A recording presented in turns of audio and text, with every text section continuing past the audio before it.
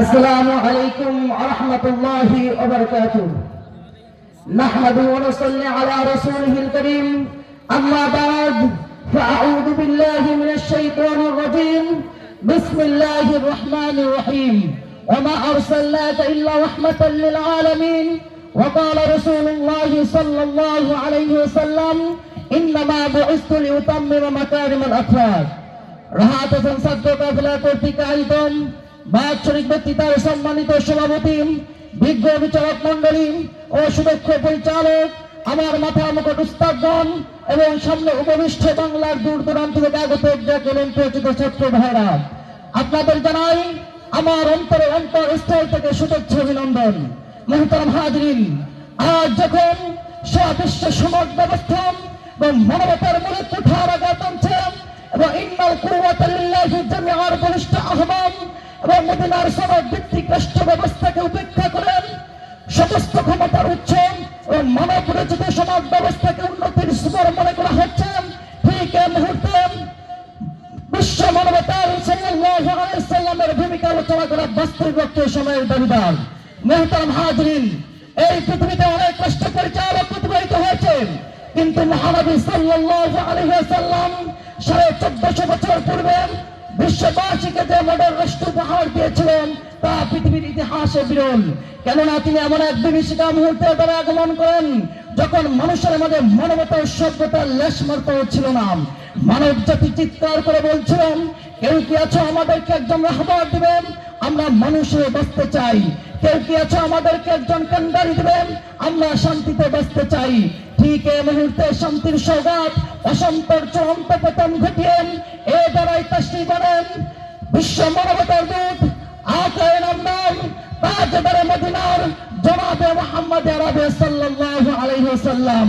মুহতারাম হাজিরিন, তিনি এমন প্রতিষ্ঠা করেন তখন তিনি আরবের মধ্যে সমাজ ব্যবস্থা, তাই তো দেখা যায় হাঁটি হাঁটি পা পা করে শৈশব কিশোর পড়িয়ে যখন নবযৌবনে পদার্পণ করে সমাজের মধ্যে অন্যায় জুলুম নির্যাতন দেখতে পাই, তখন নবী করিম সাল্লাল্লাহু আলাইহি ওয়াসাল্লাম সমাজ থেকে অন্যায় বিচার জুলুম নির্মূল করার লক্ষ্যে মাত্র 14 বছর বয়সে হিলফুল ফুজুল নামক সংগঠন প্রতিষ্ঠা করেন।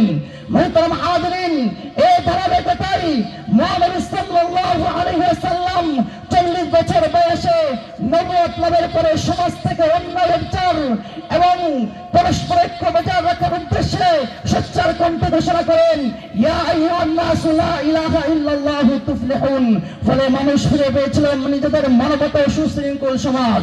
মুহতারাম হাজিরিন, সমাজ থেকে শ্রেণী বৈষম্য দূর করার লক্ষ্যে নবী করিম সাল্লাল্লাহু আলাইহি ওয়াসাল্লাম ঘোষণা করেন, আল মুমিনুনা ইখওয়া।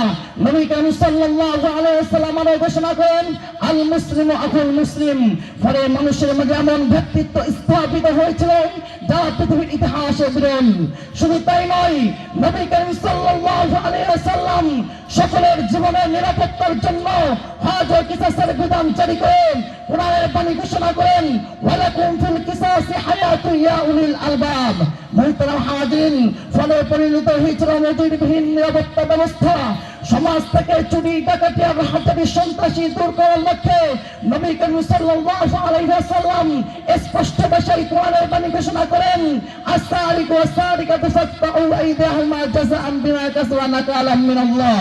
মুহতারাম হাজিরিন, ফলে মানুষ ফিরে পেয়েছিল নিজেদের শান্তি এবং প্রতিষ্ঠা। মুহতারাম হাজিরিন, শুধু তাই নয়, নবী করিম সাল্লাল্লাহু আলাইহি ওয়াসাল্লাম ব্যবসাকে হারাম এবং সুদকে হারাম ঘোষণা করেন।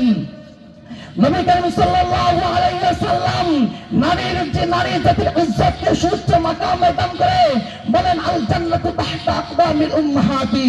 মুহতারাম হাজিরিন, আজ কিছু প্রায়দিকবাদীদের বক্তব্য শুনে আমাদের অবাক হতে হয়। তারা বলে ইসলামে আইনের কথা বলে তাহলে মা বোনদেরকে হাত লাগাতে হয়। আমি তাদেরকে স্পষ্ট ভাষায় বলে দিতে চাই, তোমরা ইতিহাস লক্ষ্য করো, তোমরা ইতিহাসের দিকে নজির করো, তোমরা ইতিহাসের দিকে দেখো, যেই যুগে নারী হয়ে জন্মানো থাকেন বাপ মনে হতো, যেই যুগে নারী হয়ে জন্মানো থাকেন জীবন্ত প্রতিফলন হতো, নারী হয়ে বেঁচে থাকার নিম্নতম অধিকার ছিল না। নবী করিম সাল্লাল্লাহু আলাইহি ওয়াসাল্লাম সেই যুগের নারী জাতিকে সুউচ্চ মাকামে দান করেছেন। মুহতারাম হাজিরিন, যার রাষ্ট্র পণ্ডিতে মুগ্ধ হয়ে মহাত্মা গান্ধী বলেছিলেন, अगर रस्म अमानी करना चाहे तो मोहम्मद की हुकूमत इख्तियार करो। मुहतरम हाजिरीन, आज কিছু মানুষ নবী করিম সাল্লাল্লাহু আলাইহি সাল্লামকে নিয়ে কটূক্তি করছেন এবং নবী করিম সাল্লাল্লাহু আলাইহি সাল্লামকে নিয়ে দুশমনি করছে। আমি তাদেরকে মন থেকে স্পষ্ট ভাষায় বলতে চাই, তাদের কোনো ধর্ম পরিচয় নাই, তাদের কোনো রাজনৈতিক পরিচয় নাই, তাদের একটি পরিচয়, তারা মানবতার দুশমন, তারা বিশ্ব সভ্যতার দুশমন, তারা আল্লাহর রাসূলের দুশমন, তারা আমাদের জানের দুশমন। মুহতারাম হাজিরিন, সর্বশেষে একটা করে বলতে চাই, আজ যদি আমরা সারা বিশ্বে শান্তি প্রতিষ্ঠা করতে চাই, তাহলে আমাদের করণীয় হলো মুহাম্মদ সাল্লাল্লাহু আলাইহি ওয়াসাল্লামকে আইডল মানতে হবে। আল্লাহ তাআলা আমাদের সবাইকে মুহাম্মদ সাল্লাল্লাহু আলাইহি ওয়াসাল্লামকে আইডল মেনে সারা বিশ্বে শান্তি প্রতিষ্ঠা করার তৌফিক দান করুন। নাসরুম মিনাল্লাহি ওয়া ফাতহুন করিম। আসসালামু আলাইকুম ওয়া রাহমাতুল্লাহ।